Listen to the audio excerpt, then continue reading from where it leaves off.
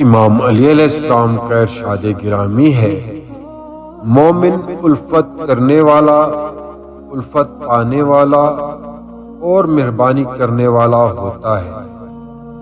یعنی امام فرماتے ہیں کہ سچا مومن نرم دل، محبت کرنے والا اور دوسروں کے ساتھ حسن سلوک رکھنے والا ہوتا ہے۔ وہ لوگوں کے ساتھ نفرت، سختی اور تکبر سے پیش نہیں آتا، بلکہ اپنے اخلاق، شفقت اور مہربانی سے دلوں کو جوڑتا ہے۔ ایسا شخص خود بھی دوسروں سے محبت پاتا ہے، کیونکہ جو انسان دوسروں کے ساتھ خلوص اور مہربانی سے پیش آتا ہے، لوگ بھی اس کے ساتھ محبت اور احترام کا برتاؤ کرتے ہیں۔